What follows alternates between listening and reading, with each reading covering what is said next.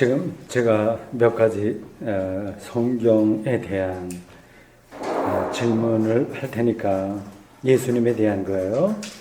몇 개를 맞추는지 속으로 한번 대답해 보시기 바랍니다. 예수님의 어머니 이름은 뭘까요?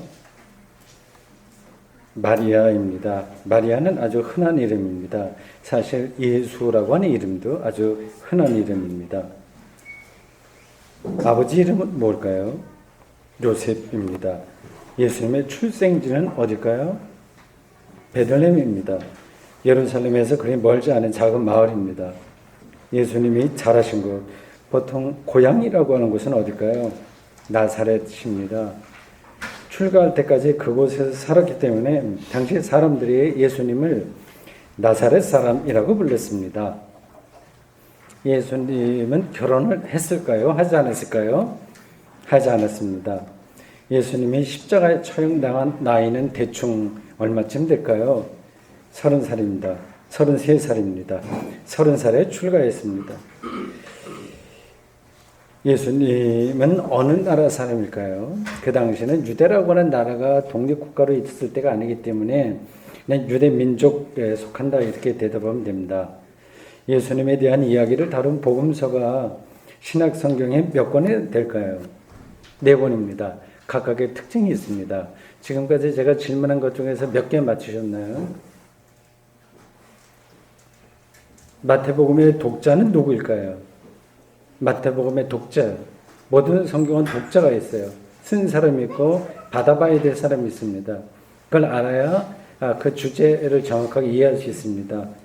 마태복음의 독자는 유대 기독교인들입니다. 유대 기독교인들이요.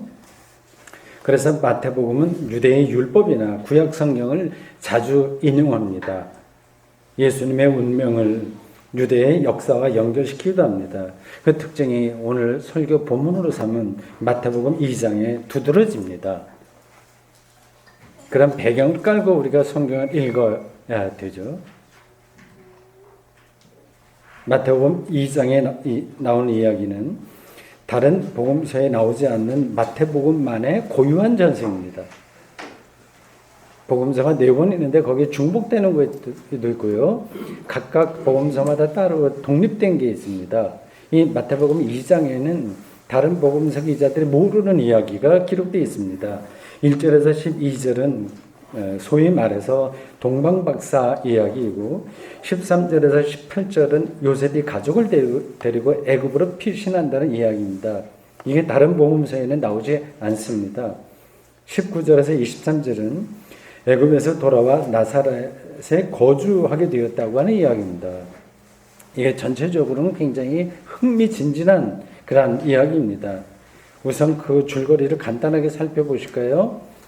동방박사 이야기는 오늘 설교 본문에 속하지 않으니까 간략하게 짚고 뛰어 넘어가겠습니다. 태어난 지 얼마 되지 않은 아기 예수와 예수를 안고 있는 마리아에게 동방박사들이 와서 경배를 드리면서 3가지 예물, 황금과 유향과 모략을 바치고 떠난 뒤에 요셉은 천사가 나타나는 꿈을 꿉니다. 헤롯 왕이 아기 예수를 찾아 죽이려고 하니까 가능한 빨리 이곳을 떠나서 피해라. 애굽으로 가는 게 좋겠다. 그 장소까지 지시해 줍니다. 동방박사가 아기 예수를 만나기 전 도움을 받으려고 헤롯 왕을 찾아갔을 때 헤롯은 속으로 예수를 죽여야 되겠다 마음을 먹었습니다. 아마 그런 소문을 요셉이 들었던 것 같습니다. 그러니까 꿈에 나오겠죠. 신생아 예수는 살해당하는 위기를 모면하지만 나중에 33살에 십자가 처형을 당하는 걸 보면 이미 이런 운명이 아기 예수에게 암시되어 있다고 하는 것을 알 수 있습니다. 본문 14절에 따르면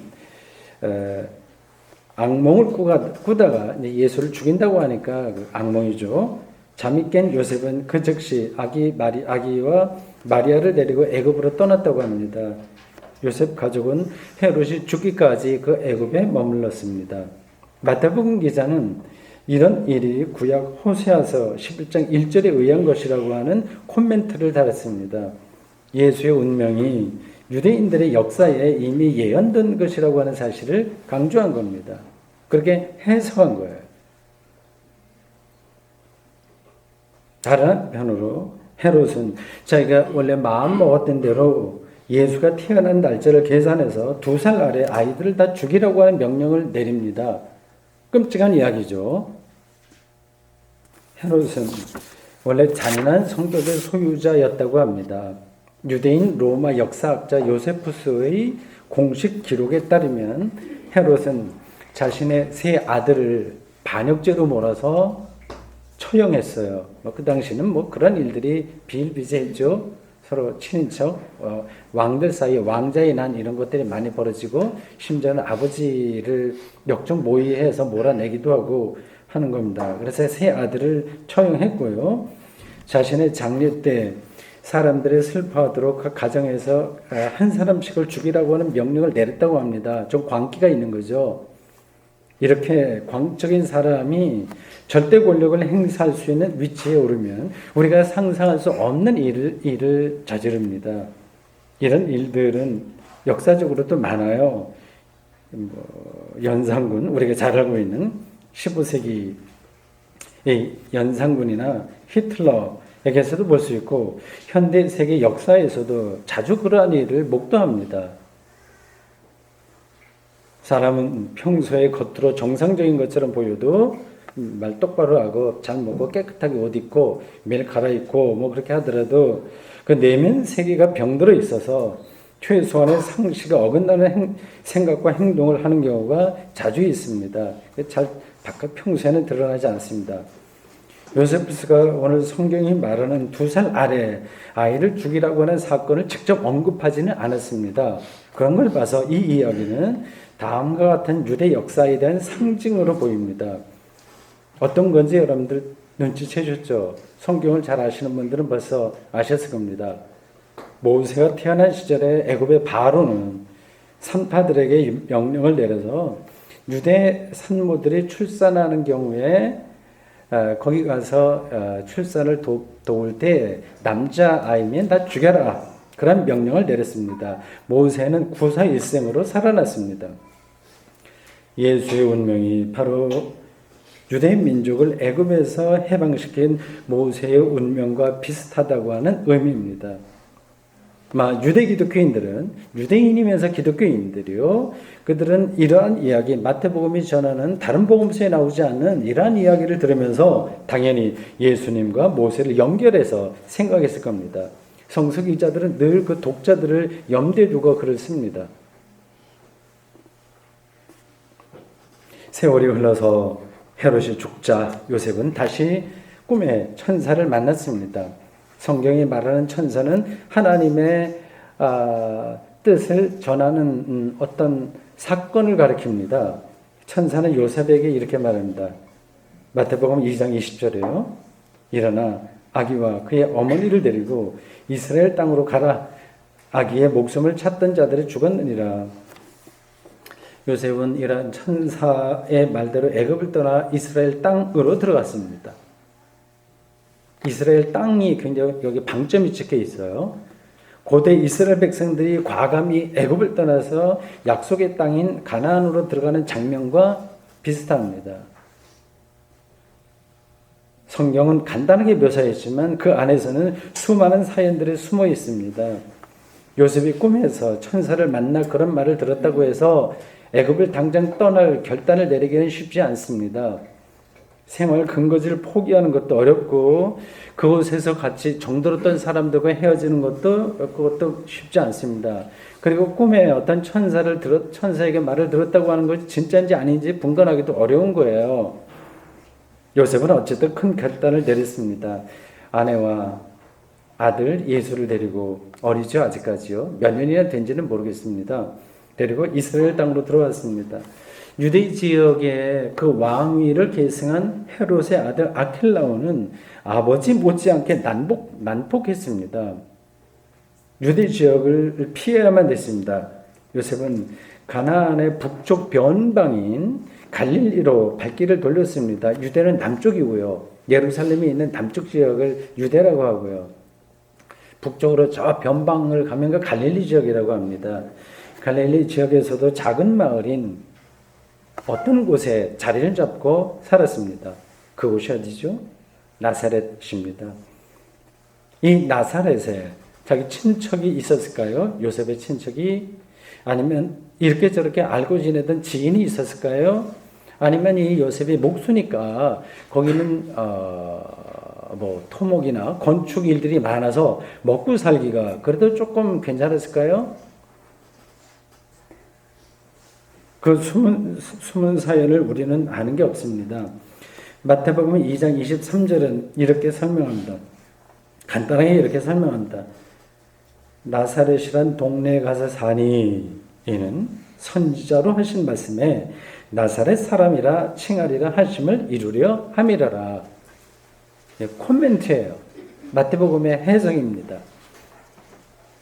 마태복음 기자는 당시 예수님에게 붙어 다니던 호칭인 나사렛 사람, 이 구약 선지자의 말에 기인한 것이라고 설명했습니다. 그러나 사실은 이 말이, 이 단어가 구약에 정확하게 나오진 않습니다. 우리말 성경에 이사야 11장 1절이 여기에 해당된다는 각주가 달려 있어요. 이사야 11장 1절은 다음과 같습니다. 이새의 줄기에서 한 싹이 나면 그 뿌리에서 한 가지가 나서 결실할 것이요. 요 구절에서요, 한 가지가 나온다고 하는 표현이 있는데, 여기서 이 가지라고 하는, 옆으로 나오는 가지요, 나무의 가지, 이거는 히브리어로 네체르라고 합니다. 그러니까 발음이 비슷한 거예요. 네체르, 구약의 나시린 아시죠? 삼손 이런 사람들, 나시린이라고 해요. 그리고 나사렛, 이게 딱 발음이 비슷해서, 이 마태복음 기자가 그런 쪽으로 연결해서 설명하고 있습니다. 그러니까 예수가 유대민족의 역사와 긴밀히 연결되어 있다고 하는 사실을 강조한 겁니다. 제가 좀 복잡하게 설명을 했습니다. 예수님이 인류의 메시아이고 하나님의 아들이라고 한 말에도 충분할 텐데 왜 나사렛 사람이라고 하는 사실을 이렇게 강조하고 있는 것일까요? 요한복음 1장 43절 이하에는 이런 이야기가 나옵니다.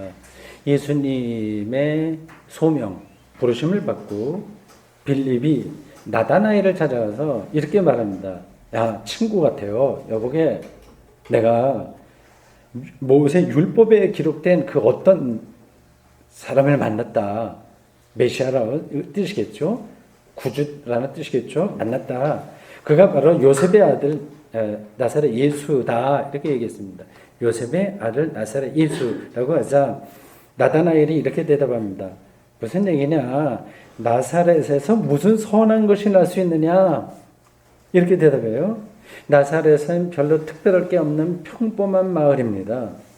거기서 위대한 인물이 나올 라고 하는 것은 아무도 예상할 수 없었습니다. 그러나 마태복음을 비롯해서 복음서 기자들은 예수님이 나사렛 출신이라고 하는 사실을 감추지 않았습니다. 오히려 그 사실을 부각시키고 있습니다. 그러나 사실은 이 나사렛이라고 하는 동네 자체를 강조한 건 아닙니다. 예수님도 다른 사람들과 똑같이 세상 마을에서 살았다고 하는 사실이 중요한 거예요.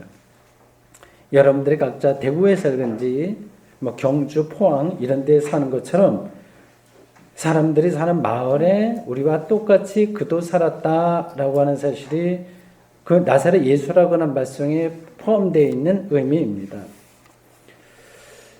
어렸을 때 나사렛에서 아버지 요셉과 어머니 마리아를 따라 들어가서 예수님은 어떤 방식으로 살았을까요? 소년이 되면서 산과 들을 돌아다니고요. 계절에 따라서 친구들과 여러 가지 놀이를 했겠죠.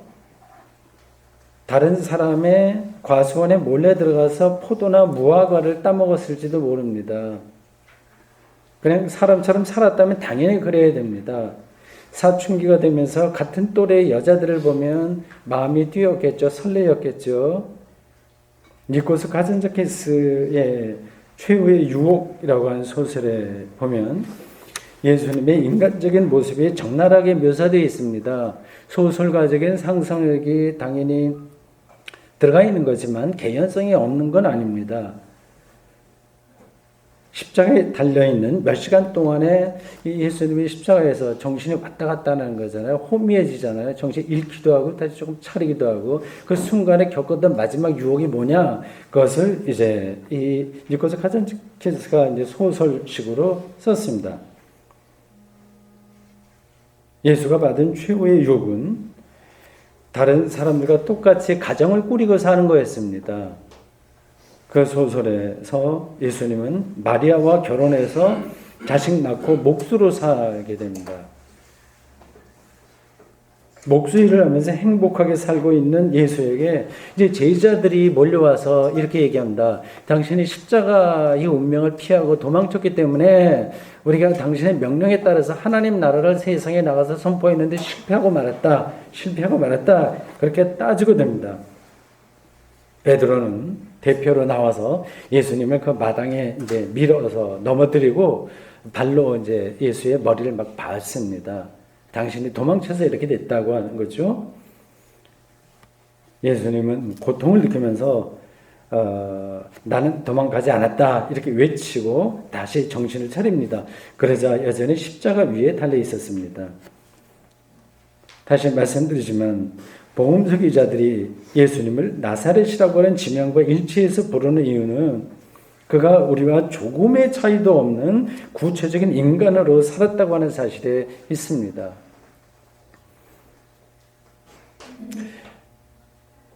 인간으로서의 삶은 아무리 강조해도 지나치지 않습니다. 우린 두 발을 딛고 이 땅 위에 살고 있습니다. 무엇을 먹어야 되고요. 같이 먹어야 됩니다. 일용할 양식이 있어야 됩니다. 그리고 또 마시고 배설합니다. 모든 게 흙에서 와서 다시 흙으로 돌아가지만 그 중간에 우리가 이런 인간의 몸으로 살고 있지만 지금 인간으로 살아있다고 하는 사실이 소중합니다. 소중할 뿐만 아니라 이것은 거룩한 겁니다. 간혹 교회 안에서 제가 젊었을 때 부른 복음 찬송가 중에 그런 게 있는데 세상 등지고 십자가 보내 이런 겁니다. 세상은 헛되고 악하니까 포기하고 십자가만 바라보자고 하는 그런 찬송입니다. 그게 부분적으로 일리가 없진 않으나 근본적으로는 잘못된 신앙입니다. 하나님이 창조한 삶을 부정하거나 훼손하는 것으로는 기독교 신앙 자체가 성립되지 않기 때문입니다. 조금 더 나아가서 이렇게 말하는 사람들이 있습니다. 교회는 하나님의 일 그리고 거룩한 그런 사람들의 공동체니까 정치에 대해서는 무관심해야 된다. 그런 건 관계가 없다. 성속 이원론 이렇게 정치에 대해서 말하지 말아야 된다. 그런 주장도 간혹 합니다. 정치도 인간의 구체적인 삶입니다. 우리의 삶이 정치에 영향을 받기 때문에 바른 정치를 위해서라도 투쟁할 때는 투쟁해야 됩니다. 정치적인 기득권, 어떤 헤게모니, 주도권을 획득하기 위해서가 아니라 개인과 공동체의 삶이 파괴되지 않도록 하기 위한 것입니다. 이건 신앙생활을 위해서도 아주 중요한 문제입니다. 지금처럼 필리핀 부익부 현상이 기승을 부리면 우리 기독교인들이 생존 자체가 불안해져서 성경 공부와 신학 공부 이런 건 둘째치고 최소한 일주일에 한 번 드리는 예배도 진정성 있게 드릴 수가 없습니다. 이런 생존 보장 문제는 정치적으로 해결될 수밖에 없는 거 아니겠습니까? 예를 들자면 최저임금 문제입니다. 최저임금을 1시간당 1만 원으로 올리는 거, 1만 원이요? 올리는 건 정치적인 거죠. 그렇게 되면 자영업자들이 힘들어지지 않느냐 하는 그런 또 문제가 있긴 있습니다만 그런 것들은 중앙정부나 지방정부의 차원에서 해결해야 됩니다. 이게 다 정치적인 문제예요. 그리고 신앙과 깊이 연관되어 있습니다. 기독교인들이 신앙적으로 살아갈 수 있는 최소한의 보장은 다 정치적인 문제입니다. 교회도 마찬가지예요. 재정이 넘치는 대형 교회와 최소한의 생존도 담보되지 못하는 소형 교회가 경제 민주화 차원에서 일치를 이루기 위해서 교회 정치가 필요합니다. 그런 점에서 교회 정치가 필요한 거예요. 가톨릭 교회는 그걸 잘해요. 가톨릭 교회는 각자 도생에 떨어진 개신교회와 달리 교회 정치가 건강하게 작동되고 있습니다. 어느 곳에 있든 교회당이든지 가톨릭 교회는 다 이제 일치가 되어 있는 거죠. 명동 성당에 있거나 아니면 울진이나 아주 시골에 있는 성당에 있거나 뭐 사제의 삶은 똑같습니다. 뭐 사렙이라고 하나 그런 것도 똑같고 차이가 하나도 없습니다. 모든 인간의 삶이 정치적으로 해결될 수 있다고 하는 게 아니라 다 되는 건 아니지만 인간의 삶을 인간답게 하는데 최선을 다해야 된다는 뜻입니다. 하나님이 창조한 세상, 그 안에 역사와 인간의 삶을 소중하게 여기는 사람들에게는 이게 당연한 일입니다. 마태복음은 하나님의 아들인 예수마저, 메시아인 예수마저 나사렛 동네에서 우리와 똑같은 인간의 삶을 살았다고 말하지 않습니까?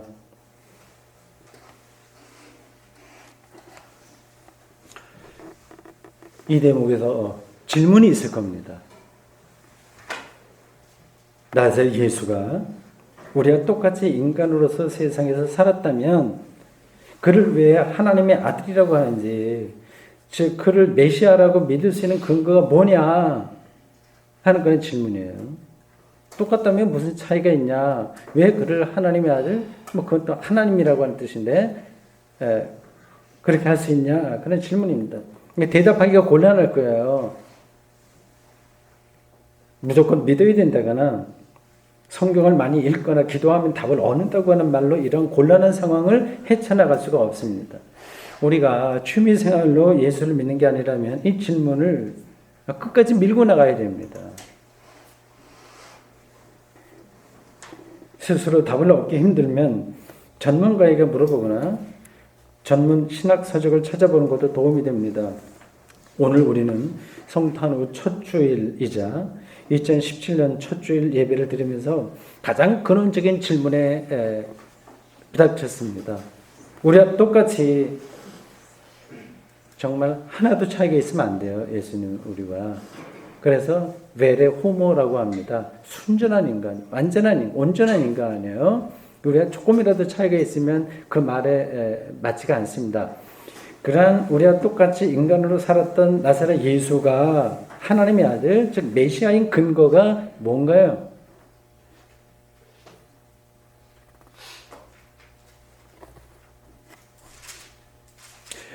마태복음 1장 18절 이하에 따르면 동거하기 전에 마리아가 임신했다는 소문을 듣고 파혼할 생각을 하던 요셉에게 또 천사가 나타나서 꿈에 나타나서 이렇게 이야기합니다. 마리아는 네가 생각하듯이 부정한 방식으로가 아니라 성령으로 임신한 것이고 그녀가 아들을 낳게 될 것인데 이름을 예수라 하라 이렇게 해요. 아주 구체적으로 말합니다. 마태복음 기자는 이 사건을 또 해석해요. 성서 기자들의 코멘트입니다. 이사야 7장 14절을 인용합니다. 보라, 처녀가 잉태하여 아들을 낳을 것이요 그의 이름은 임마누엘이라 하리라. 예수님이 하나님의 아들인 증거는 하나님의 우리와 함께 하신다는 의미의 임마누엘입니다. 마태복음 전체를 관통하는 키워드가 바로 이 임마누엘이에요. 하나님이 우리와 함께 계시다고 하는 겁니다. 지난주 수요 공부 마태복음 마지막을 했는데 시간을 옮기게 됩니다. 저녁에 하는 것으로 마지막 시간이었어요. 그때 참석하신 분들은 중요한 것을 그때 공부했을 겁니다. 마지막 절이 28장 20절이에요. 부활의 예수님이 제자들에게 마태복음의 마지막 부분이에요. 세계 전도의 사명을 내리신 후에 이렇게 말씀하셨습니다. 보라, 내가 세상 끝날까지 너희와 항상 함께 있으리라. 예수님의 출생사건, 마리아의 출생사건, 임마누엘이라고 하는 그 뜻을 가진 예수라 하라고 하는 그 임신했을 때 그 이름에 붙은 말과 이제 세상을 떠나는 마지막 장면에서 똑같은 이야기가 나온 겁니다. 하나님이 함께 계신다. 예수가 우리와 늘 항상 함께 한다고 하는 그런 똑같은 뜻이 이 마태복음 처음과 나중에 다 일치되는 그런 이야기입니다. 하나님이 우리와 함께 한다고 하는 말, 나중에도 더 깊이 생각해 보십시오. 이것을 공간적인 것으로 이해하면 안 됩니다. 지금 우리가 같은 이 공간에서 예배를 드리는데 우리 여기 하나님이 함께 하신다고 믿잖아요. 삼위일체 하나님이 함께 하신다고 믿잖아요. 보입니까? 안 보이죠? 그래도 우리가 하나님이 함께 한다고 믿습니다. 그 근거가 뭐예요? 생각해 보십시오. 성찬 예식도 마찬가지입니다. 오늘 이제 예배 설교 마치고 성찬 예식을 하게 될 텐데 그 자리에 예수님이 함께 하신다고 우리는 믿습니다. 그렇다고 해서 거기에 실제로 예수님의 형체가 나타나는 건 아니에요. 영적으로 거기에 임재하는 겁니다. 예수님의 사랑이 그냥 낭만적인 사랑이 아니라 삶을 삶답게 만드는 우리의 훼손된 삶이 실제적인 생명의 원천과 일치되게 만드는 예수님의 사랑이 그리고 예수님의 하나님 나라 선포가 예수님의 십자가 처형과 절대 생명으로의 변화인 부활이 성찬의 자리에서 우리에게 경험됩니다. 그런 경험으로 우리는 죄와 죽음으로부터 해방됩니다. 생명을 얻는 거죠. 기쁨과 자유와 평화의 영이 우리의 삶을 가득 채우게 됩니다. 그게 바로 하나님이 함께 하신다고 하는 말의 뜻입니다.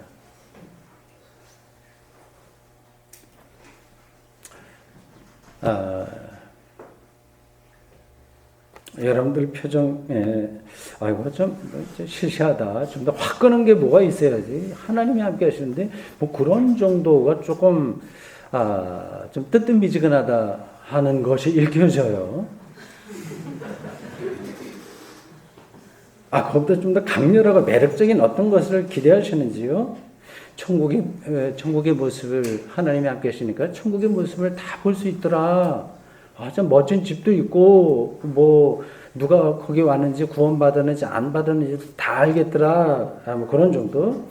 아니면 방언을 유창하게 했다거나 병든 사람에게 손을 얹고 기도하니까 병이 일시에 깨끗하게 치료되는 능력을 얻게 되었더라. 뭐 그런 거를 기대하시는 분이 계신가요? 하나님 함께 하시다고 하는 증거가 그런 걸로 생각하고 싶으신가요? 어려운 시험에 합격하기만 하면 그걸 하나님이 함께하는 증거로 알겠다고 기도하는 사람들이 있습니다. 순박한 기도를 저는 나쁘게 생각하지 않습니다. 그러나 그런 것들은 다 삶의 단순한 호기심인 거예요. 나쁘지는 않지만 호기심인 겁니다. 마치 TV 연예 프로그램을 보는 거하고 비슷한 겁니다. 거기서는 그냥 재미를 느끼면 돼요. 테니스 게임하면서 재미를 느끼듯이 그렇게 느끼면 됩니다. 거기서 하나님이 함께하는 영적인 증거인 죄와 죽음으로부터의 해방을 통한 생명 경험은 할 수 없습니다.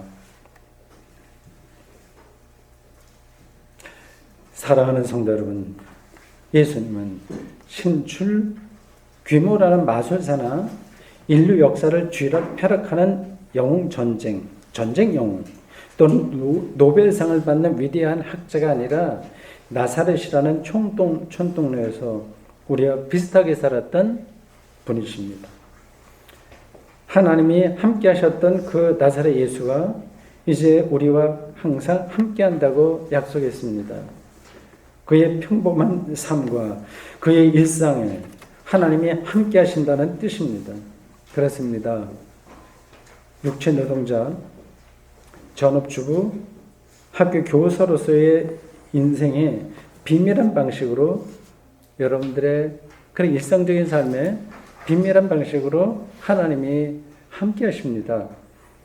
하나님의 생명 통치가 우리의 평범한 일상에서 발생했습니다. 이 놀라운 사실을 여러분은 실제 삶에서 여러분의 인생에서 어느 정도나 분명하게 누리고 사십니까? 질문해 보십시오. 기도하겠습니다. 주님, 오늘 2017년 첫 번째 주일 교회력에 따라서 주신 마태복음 2장 13절에서 23절 예수님의 아기 예수의 애굽 피신과 나사렛 땅에서 다시 살게 되었다고 하는 말씀을 받들어 읽고 또 그것을 설명했습니다. 하나님이 함께 하시다. 예수님에게 함께 하신 하나님. 그리고 예수님을 통해서 우리와 늘 함께 하신 하나님. 그 하나님을 우리의 일상, 우리의 삶 구석구석, 우리의 구체적인 삶에서 경험하며 살아가도록 인도해 주십시오. 죄와 죽음이 지배하는 세상 속에서 예수 그리스도를 통해서 그것으로부터 해방되며 참된 생명을 누리며 우리의 삶을 성실하게 치열하게 살아가도록 금년 한 해 붙들어 주십시오. 예수님의 이름으로 기도합니다. 아멘.